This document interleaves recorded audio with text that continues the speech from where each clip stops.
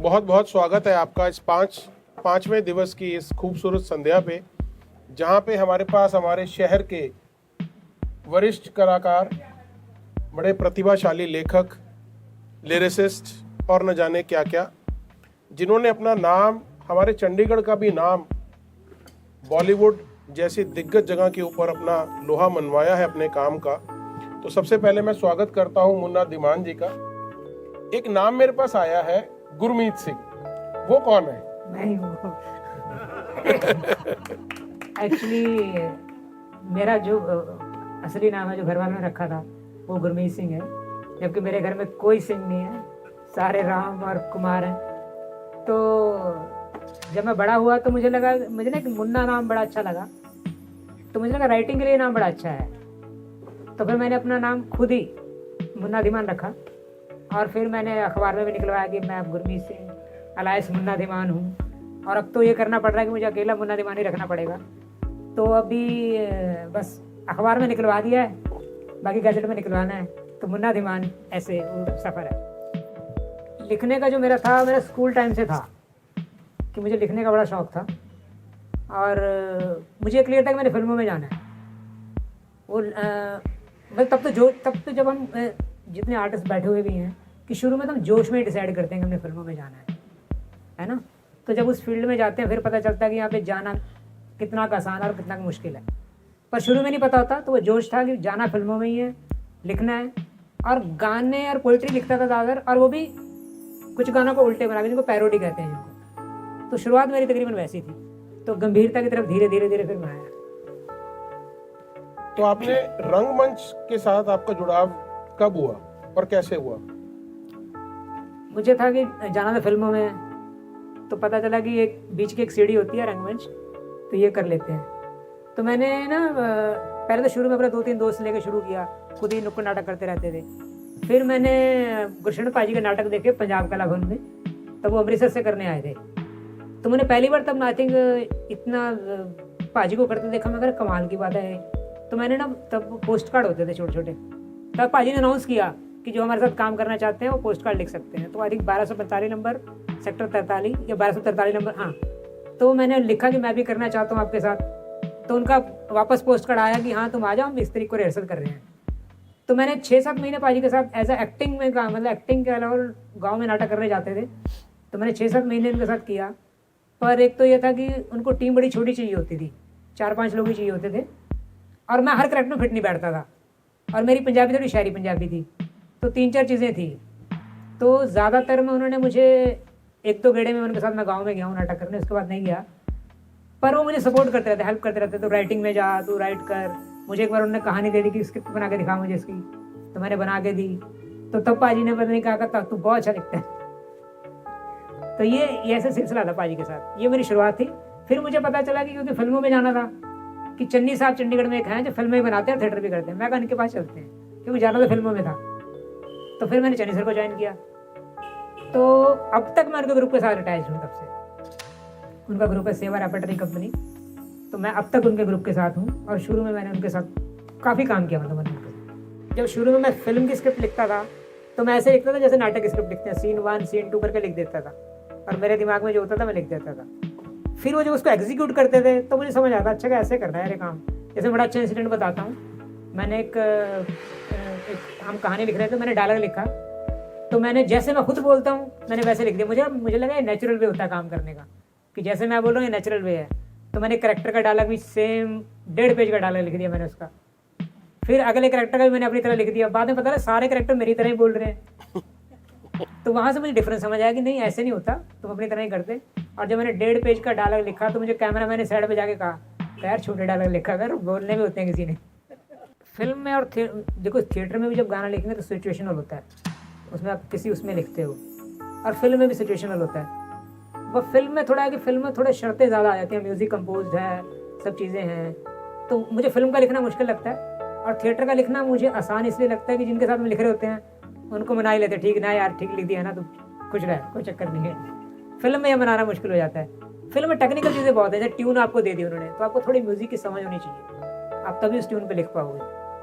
Theatre में कई बार होता है कि ट्यून नहीं है, आप थिएटर में तो आप लिखते ही हैं कि सीन चला जा रहा है, गाना बना लेते हैं, पहले गाना बना लिया, फिर उसको कंपोज कर लिया। तो थिएटर का गाना मुझे थोड़ा सा आसान लगता है, मतलब इंटेलेक्ट और डेप्थ वाइज आसान नहीं हो सकता, पर लिखना मुझे थोड़ा आसान लगता है। फिल्म को मुझे मुश्किल लगता है पर्सनली। साथियों, मुन्ना भाई का जो पहला गाना आया वो आया 2003 में एक इंडिपेंडेंट एल्बम में, और लगभग 15 साल में लगभग आपने 50 से ज्यादा फिल्मों के गाने लिखे हैं। नहीं, 50-60 गाने, 50-60 गाने लिखे हैं, 15-16 फिल्मों के साथ में लिखे हैं। उसमें से मैं कुछ फिल्मों का आपको जरूर मैं बताऊंगा किस किस फिल्म में आपने गाने लिखे हैं।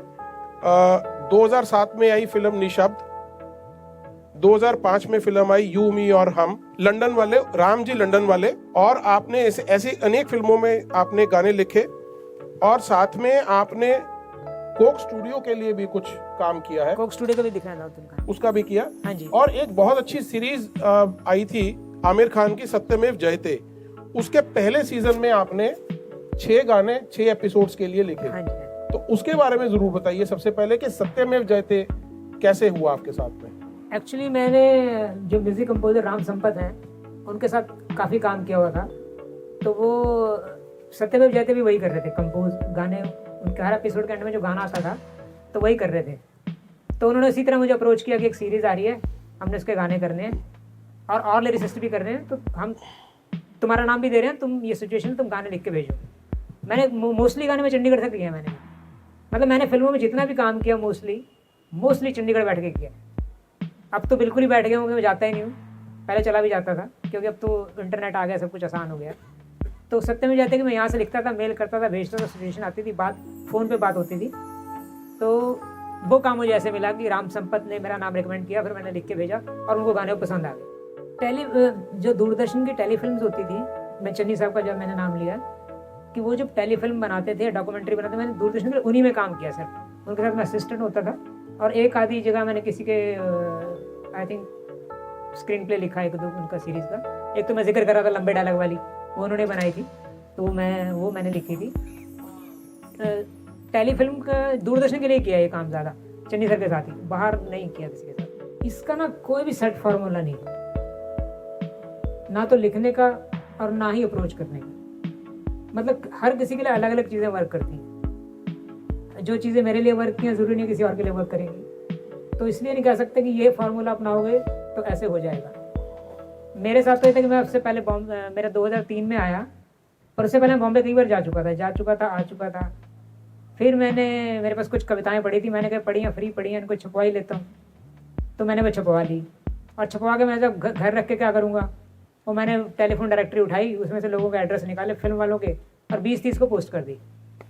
और ये किस्मत ही कह सकते हो आप कि विशाल जी ने वो पढ़ ली, और उस पर मेरा ईमेल आईडी ने मेल कर दिया कि हमने तेरी कविताएं पढ़ी हैं, हमें अच्छी लगी हैं, हो सकता है फ्यूचर में कभी इकट्ठे काम करेंगे, कब करेंगे पता नहीं, ये नहीं लिखा उन्होंने कब करेंगे पता नहीं, पर फ्यूचर में कभी काम इकट्ठा करेंगे। तो मैंने लिया, और मैंने ज़्यादा खुश नहीं हुआ, मैं कहा फिर उदासी हो जाती है, मगर ठीक है उन्होंने मेल की है। पर आई थिंक 15-20 दिन या महीने बाद उनका फ़ोन आ गया, उनका ऑफिस से फ़ोन आया कि हम एक बैंड है आसमा करके, उसके गाने कर रहे हैं, तुम्हारे पास इस तरह का कोई गाना है, अगर है तो भेज दो, या तुम लिख सकते हो तो लिख दो। लकीली मेरे पास एक बिल्कुल मिलता जुलता गाना पड़ा था, मैंने वो भेज दिया। एक गाना मैंने और भेजा, तो उन्होंने बाद में बोला कि तुम्हारा एक गाना तुम एज इट इज़ रख रहे हो, कोई चेंज नहीं है, एक गाने में थोड़े चेंजेस कर रहे हैं तो बॉम्बे आ जा। तो मैं अगले दिन 2-3 दिन बाद बॉम्बे पहुंच गया, तो वो गाना जाके चेंज किया। तो जब मैं उस एल्बम पे काम कर रहा था, तो उस एल्बम पे और म्यूजिक डायरेक्टर भी काम कर रहे थे, तो उन्होंने फिर एक गाना कहीं और था, उन्होंने मुझे वहाँ भेजा कि यार एक गाना और चाहिए, तो उसके पास भी चला जा। मैं उन कंपोजर से मिला, उन्होंने मुझे ट्यून दी। वो मेरा पहला लाइफ का एक्सपीरियंस है ट्यून पे गाना लिखने का। बड़ी तिरछी ट्यून थी मेरे लिए तो वो, मतलब मैं तो हिल गया था सुन के। मैं कहा इसमें मैं लिखूंगा कैसे, मतलब मैं सारी रात बैठ के ट्यून ही सुनता रहा। वो मैं कहा जितनी बार सुनूंगा शायद हो जाएगा। तो वो ऐसे मुझे पहला विशाल जी ने काम दिया। फिर विशाल जी ने आई थिंक पता नहीं उनको लगा कि यार ये बॉम्बे में स्ट्रगल कर नहीं पाएगा ज़्यादा, तो एक सपोर्टिव एंगल होता है ना, जैसे छोटा भाई वाला एंगल। पर उन्होंने कभी, अच्छा एक कमाल की बात है, उन्होंने मुझे आज तक कभी नहीं कहा ये बात कि मैंने तेरे लिए क्या किया है या तेरे को शुक्रगुजार होना चाहिए, कभी नहीं। अगर मैं थैंक यू बोल भी दूँ तो मुझे बोलते हैं यू डिजर्व दैट, मतलब तुम्हें मिला तो तुम्हें डिजर्व कर दो। एक बार भी नहीं कभी उन्होंने, मतलब कई जेस्चर में भी होता है ना, उनका जेस्चर में भी कभी नहीं आया। बल्कि मैंने कभी ना sir I am grateful, I am very thankful कि अगर आप ना होते मैं कहता तू डिजर्व करता था, तेरे को मिला है। मतलब वो ये बात करके ख़त्म कर देते हैं। 7 तारीख को वो आ रहे हैं, यहाँ उनका शो है रेखा जी का और विशाल जी का 7 तारीख को, 7 दिसंबर को। तो ऐसे फिर उन्होंने 1-2 लोगों को आगे बोला मेरा लेके ना रेफरेंस की, मैं चलो इसकी हेल्प करता हूँ। तो उन्होंने बोला फलाने म्यूजिक डायरेक्टर को मिलो, मैं फ़ोन करता हूँ उनको। तो उन्होंने अपने संदेश अंडेले जी हैं उनसे बात की, तो मैं संदेश जी से जाकर मिला, उनके साथ हमारा काम भी एक शुरू हुआ था। हमने लगभग गाने 2-3 रिकॉर्ड भी कर लिए, तो वो फिल्म बनी नहीं, आगे चली नहीं, तो वो रुक गई। फिर उसके बाद एक फिल्म आई माधवन की, राम जी लंदन वाले। तो विशाल सर ने मुझे बुलाया कि एक फिल्म है, ये गाना करते हैं ऐसे ऐसे करके, तू आ जा। या पहले तो बोला चंडी मैं तो सिचुएशन बताता हूँ, गाना लिख के भेज। तो मैंने लिख के भेजा, वो भी गाना आई थिंक पहले गो में हो गया। फिर कहते आप बॉम्बे आ जा, बाकी गाने करेंगे। तो इस तरह पहली फिल्म मिली, फिर उन्होंने एक बड़ी फिल्म, और मतलब काफ़ी काम उन्होंने मुझे दिलवाया। फिर मेरी इसी चक्कर में मेरी राम संपत से मुलाकात, आई थिंक वो मेरी वो किताब किसी तरह राम संपत के पास पहुंच गई। तो उसने मुझे बुलाया, वो कोई एक गाना कर रहे थे, मैंने किया। उसके बाद वो कहते नहीं फिर हम एक एल्बम कर रहे हैं पूरी, वो आ जाओ। फिर सोना महापात्रा की पहली एल्बम की, फिर फिल्में की, वे सत्य में जयते किया। तो ऐसे जर्नी एक के बाद एक चलती गई। मेरा मोस्टली काम अभी तक देखा जाए तो विशाल सर और राम संपत के साथ ही ज़्यादा होता है अभी तक। वो पूछा था कि क्या तरीका क्या करना चाहिए। देखो तरीका तो कोई वर्क नहीं करता, सबके अपने अपने तरीके वर्क करते हैं, पर आप ना काम करते रहो, लगे रहो। देखो अपनी दुकान में सामान रखो, जब खरीदने वाला आएगा, आना होगा आ जाएगा, नहीं आना होगा ना से। पर दुकान में सामान ही नहीं होगा तो आएगा भी तो कहेगा है तो है नहीं कुछ, तो वो चला जाएगा। मोस्टली क्या है कि जैसे मैंने बताया कि मैंने ज़्यादा काम विशाल सर के साथ किया और राम संपत के साथ किया है। जब तुम लंबे टाइम तक काम करते हो तो तुम ना बंदों की 2 चीज़ें समझ आते हो कि कितना घटिया लिखता है और कितना अच्छा लिखता है। तो उन दोनों को मेरा ये पता है कि जब एक गंदा और गलीज लिखता है, मतलब बेअकली वाला लिखता है, तब भी इसका अलग ही लेवल है, और इसको पुष्कर तो अच्छा भी लिख लेता है। तो जब मैं उन दोनों के लिए लिख रहा होता हूँ तो मेरे दिमाग में ना ये नहीं होता कि मुझे जज कर रहे हैं। मुझे पता है कि इनको मेरी खराब चीज़ पता है, इनको पता है कि 10-12 ड्राफ्ट गंदे गंदे लिखेगा ही लिखेगा, जबकि मैं अपनी तरफ से अच्छे लिख रहा होता हूँ। मेरी तरफ से मेरा पहला ड्राफ्ट ही कमाल का होता है। पर जब नहीं वर्क करता, फिल्मों में यही होता है कि नहीं वर्क कर रहा, दूसरा लिख के ला। वहाँ ये भी हो सकता है कि आपने 6 गाने लिख के गए, तो 6 के 6 ऑन द स्पॉट रिजेक्ट हो सकते हैं। वो कहेंगे अच्छा 1 घंटे में अगला और लिख के आ सकता है, तो आपको इतना तेज़ होना चाहिए कि हाँ जी आ जाएगा, 1 घंटे में कर देंगे। कई बार ऐसा होता है शाम को रिकॉर्डिंग है, ये गाना लिख दोगे, तो हम कहते हैं कर देंगे, कोई बात नहीं हो जाएगा। तो वो सब, तो वो कंफर्ट है कि अब मतलब मुझे लिखते हुए डर नहीं लगता कि यार ये कहेंगे यार मुन्ना को तो लिखना ही नहीं आ रहा, उससे मैं बचा हूँ। जब नए के साथ काम करता हूँ तो मुझे थोड़ा स्ट्रगल होता है कि यार इसको पहली बार में इम्प्रेस करना है। उनको मुझे इम्प्रेस नहीं करना, उनको पता है ये कितना ख़राब लिखता है और इसकी नॉलेज कितनी का उनको ये भी पता है ना, इसे कितना कुछ आता है उसे उन्हें ये भी पता है। तो मैं वहाँ फ्री होता हूँ, तो उस बॉन्ड में जब काम करते हैं तो काम अच्छा ही होता है। तो सोना का जो पहला एल्बम था जो मैंने जिक्र किया, वो वहीं राम संपत जी के उन्होंने कंपोज किया था। तो जब मैं उनसे मिला, और लकीली कई बार क्या होता है कि बंदा सामने वाला सिचुएशन बताता है और क्लिक कर जाते हो, अब पहली बार में लिख देते हो। ये भी ऊपर वाली कृपा ही मानता हूँ मैं तो इसको, है ना। तो इस एल्बम में ऐसा हुआ, कई बार को ट्यून बनाते थे, जैसे उन्होंने ट्यून दी और मैं कई बार ट्यून सुना रहा था, खत्म होते मैं साथ साथ लिख देता था। 1-2 बार ऐसा हुआ, ऐसा मतलब ये कभी कभार ही होता है। तो उसमें गाने में बात भी लगी, यार गाने में बात भी आई, ये नहीं कि जो तुक्का पेल दिया। अब ट्यून आप मुझे दोगे, मैं उस पर भी लिख दूंगा बैठ के, पर उसको कोई मतलब बनेगा नहीं बनेगा अलग बात है, पर वहाँ मतलब भी बन गया। तो इस तरह बॉन्ड क्रिएट हो जाता है कि बार जिनके साथ बॉन्ड अच्छा, उनके साथ अच्छा काम होता है लॉन्ग टर्म में। मतलब ये पता हो ना कि बंदा कितना गलीज है और कितना बढ़िया है, तब बात बनती है। बॉम्बे जो रह के आया हो उसे पता होता है कि बॉम्बे में रहना आसान काम है नहीं। बॉम्बे आपको बहुत स्ट्रेस देता है। जो लोग वहां रह के बहुत अच्छा काम कर रहे हैं, मैं सच्ची मुच्ची उन लोगों को महान लोग मानता हूँ भाई, जो वहां लिख के बैठ के अच्छी फिल्में बना रहे हैं, अच्छी स्क्रिप्ट लिख रहे हैं, अच्छा गाना लिख रहे हैं और कई सालों से बैठे हैं, वो वाकई लोहे के इंसान है भाई, मैं तो मानता हूँ। मेरे तो 4 महीने रह रहा तो मैं तो ऐसी तैसी फिर जाती है, मैं चंडीगढ़ आ जाना शुरू हो जाता है। और चंडीगढ़ के बिगड़े हुए जल्दी जल्दी बाहर रह नहीं सकते। वो खुले खुले पार्क, वो खुले खुले, वहाँ तो खिड़की खोलो तो सामने दूसरी खिड़की होती है। वहाँ तो मैंने पहली बार देखा कपड़े खिड़की में सुखाते हैं, मैं हैरान है कि कपड़े खिड़की में सुखाते हैं। तो वो बॉम्बे का एक अपना स्ट्रेस है, तो मैं उससे बचने के चक्कर में बहुत इधर बैठ जाता हूँ, तो एक हल्का सा एस्केप भी है। दूसरा मेरा गुजारा चल जाता है, अगर मेरा नहीं चल रहा तो मैं वहीं बैठा होता, तो ये भी परमात्मा की कृपा है कि मेरे चल जाता है, मेरे खर्चे इतने नहीं है, मेरी लाइबिलिटी इतनी नहीं है, और जितने की मुझे चाहिए उतने मैं कमा लेता हूँ यहाँ बैठ के। तो एक रीज़न ये है। दूसरा, इस रीज़न में जो कंफर्ट जोन मिला वो है। दूसरा, ज़्यादा काम करने में ज़्यादा स्ट्रेस भी तो है ना। तो जो लोग ले रहे हैं, स्ट्रेस ले रहे हैं, ज़्यादा काम कर रहे हैं, वो उतना नाम भी कमा रहे हैं, उतना पैसा भी कमा रहे हैं, है ना। वो उनको उसका क्रेडिट जाता है उनको। तो मैं कम स्ट्रेस लेना चाहता हूँ, तो मैं फिर फेम भी कमाएगा, पैसा भी कमाएगा, ठीक, अनकम्फर्टेबल होता है। इस फील्ड में रहने के लिए ना, देखो, आप अपनी ज़िंदगी के एक्सपीरियंस से कितना कुछ क्रिएट कर लोगे। एक चीज़ क्रिएट कर लोगे, 2 कर लोगे, 3 कर लोगे, खाली हो जाओगे ना उसके बाद। तो देखना, सुनना और पढ़ना, ये तो कंटिन्यूसली जारी रहना चाहिए। अब कितने थोक में ये करना है, ये आपके ऊपर डिपेंड करता है। जैसे मेरा एक टाइम था कि मैं हर रोज़ एक फिल्म देखता ही देखता था। आजकल नहीं देख रहा, पर हर रोज़ मैं एक फिल्म देखता था। बाद में हर रोज़ एक शॉर्ट स्टोरी पढ़नी है, या हर रोज़ एक पोएम पढ़नी, इतना मैंने बना के रखा हुआ था। अभी टूट गया सिलसिला।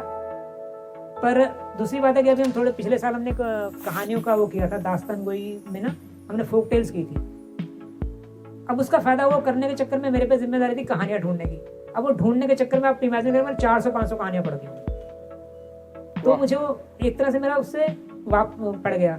उस चक्कर में बहुत सारी किताबें मंगवा के रख ली, है ना। फोक टेल्स की अलग ही दुनिया मेरे लिए खुल गई, और मैं तो इतना फैसिनेट हो गया, मैं फोक टेल ही करता रहूँगा। तो पढ़ना तो पड़ता है, मतलब उसके बिना गुजारा नहीं है। जो ज़्यादा पढ़ लेगा अच्छी बात है, बाकी किताबें के डे भी नहीं बनना। ये ना पता चाटी जा रहे हैं उनमें से बैठ के किताबों को। लाइफ भी ज़रूरी है, पर देखे सुने और पढ़े बिना नहीं कर पाओगे आप कुछ। एक तो दास्तान गोई, मतलब अगर आप कोई परिचित नहीं है लोग, मतलब बहुत ज़्यादा हिस्ट्री मुझे भी नहीं पता, पर दास्तान गोई एक टाइम में बहुत होती थी इंडिया में, फिर ये बिल्कुल ही लुप्त हो गई। तो 2005 से दोबारा रिवाइव हुई है, और इसका बहुत सारा क्रेडिट जाता है, बहुत सारा का सारा ही क्रेडिट जाता है महमूद फारूकी और उनकी टीम को। एक शमशुर रहमान फारूकी साहब हैं, उन्होंने दास्तानें खोजी, उनकी किताबें छापी, फिर उनके आगे जो उनके रिलेटिव हैं महमूद फारूकी साहब, उन्होंने उनको परफॉर्म करना शुरू किया। और आज इंडिया में दास्तान गोई में रिवाइव करने का क्रेडिट उनको जाता है। और इस वक्त वो इतनी बड़ी बड़ी दास्तानें कर रहे हैं, जैसे 2 घंटे की दास्तान कर रहे हैं आजकल करण के ऊपर, और अकेले ही करते हैं। 2 घंटे एक आदमी अकेला स्टेज बैठा बोल रहा है और आपको बांध के रखता है, तो वो है। दूसरी बात जो हमने शुरू किया था वो तुक्के से शुरू कर दिया। मतलब मुझे हल्का फल्का फॉर्म का पता था, मैंने कभी ट्राई नहीं किया था। तो जब हम फोक टेल में ढूंढ रहा था, पढ़ रहा था, तो मुझे लगा था सिर्फ कहानियाँ बैठ के सुनाएंगे, हम और कुछ नहीं करेंगे, 4 कुर्सियाँ लेके बैठ जाएंगे और कहानियाँ पढ़ेंगे। फिर मैंने कहा ऐसा करते हैं, चलो इसको दास्तान कोई फॉर्म होती है, गद्दा बिछा लेंगे, 4 आदमी बैठ भी जाएंगे, उस तरीके से सुनाते हैं। तो 2 लोग तो अभी यहाँ खड़े हैं जिन्होंने मेरे साथ किया था, वो चिराग खड़ा है, वो नूर खड़ी है, वो 2 लोग पहली टीम में थे। अब जो 27 तारीख को कर रहे हैं वो हम दोनों ही कर रहे हैं। वो 27 तारीख को वो सिंगल स्टोरी करेंगे हम लोग। तुम लोग आगे आ ही जाओ, ये 2 लोग खड़े हैं पीछे, ये चिराग और वो दोनों खड़े हैं। आजो 2 मिनट हाथ ही खड़ा कर दो वहां से, कोई बात नहीं। तो ये लोग, पहले हम 4 लोग थे, 10-12 कहानियां थी। इस बार हम 2 ही लोग होंगे और सिंगल स्टोरी होगी। वो थोड़ा चैलेंज हमारे लिए हो रहा है, वो आज रेसल करते करते भी हमारी ऐसी हो रही थी। तो वो फॉर्म ने मुझे फैसिनेट किया बड़ा। और जब हमने धक्के से एक चैलेंज ले लिया कि यार ऐसा करते हैं, बिना किसी म्यूजिक के, बिना किसी सेट के, क्या हम एक आदमी कहानी सुना के 5 मिनट लोगों को बांध सकता है? चलो एज एन एक्टर चैलेंज लेते हैं। तो वो चैलेंज लेने के चक्कर में हमने पिछली बार कर दिया। जब वो कर दिया तो वो चस्का पड़ गया। अब है कि चलो सिंगल स्टोरी करके देखते हैं। तो इस बार हम सिंगल स्टोरी कर रहे हैं और हमें तो मज़ा आ रहा है। फॉर्म मुझे बड़ी अच्छी लगती है। मेन बात है बहुत सिंपल, जो सिंप्लिसिटी है ना इस फॉर्म की, मिनिमलिज्म है, मुझे वो आकर्षित करता है ज़्यादा। जितना तामा झामा हो जाता है वो मैं थोड़ा उब जाता हूँ उससे। तो इसलिए हमने चूज़ किया कि ये करेंगे। कि मुझे क्या लगता है कि यहाँ पे ना एक जो चीज़ मुझे ख़राब लग रही है, अच्छी मुझे ये लग रही है कि बहुत सारा रंगमंच होने लग गया और बहुत सारे दर्शक आने लग गए हैं। ये पहले नहीं था ऐसे।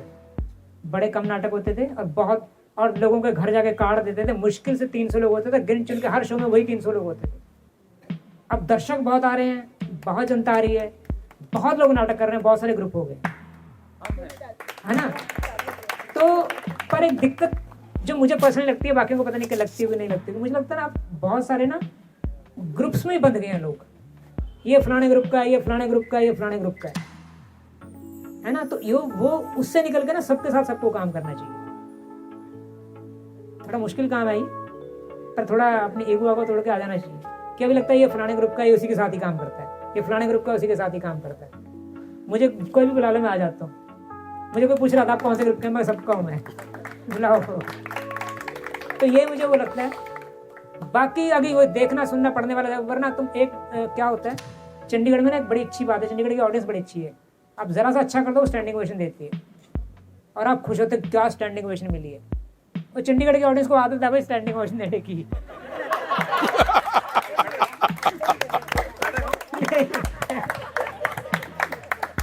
ठीक है, तो उसको लेके ना ज्यादा सिर पर नहीं चढ़ाना चाहिए, है ना,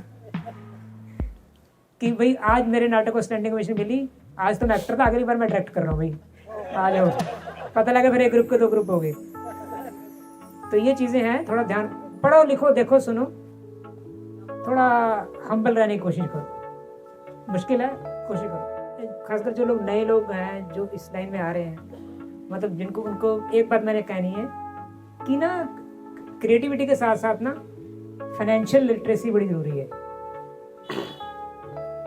देखो ये जिस लाइन में हम हैं उसके रिजल्ट कब आएंगे पता नहीं। हम जितने लोग यहाँ बैठे हैं, आप में से कल ही कोई स्टार हो सकता है, पॉसिबल है, कल ही कोई स्टार हो सकता है, कल ही आपके होर्डिंग लगे हो सकते हैं, ये पॉसिबल है इस लाइन में। और आप 10 साल तक सड़कों पे जूतियां घिसा सकते हो, ये भी पॉसिबल है। ठीक है, तो रिजल्ट कब आएंगे पता नहीं, पर रोटी कपड़ा और मकान हमें डेली चाहिए।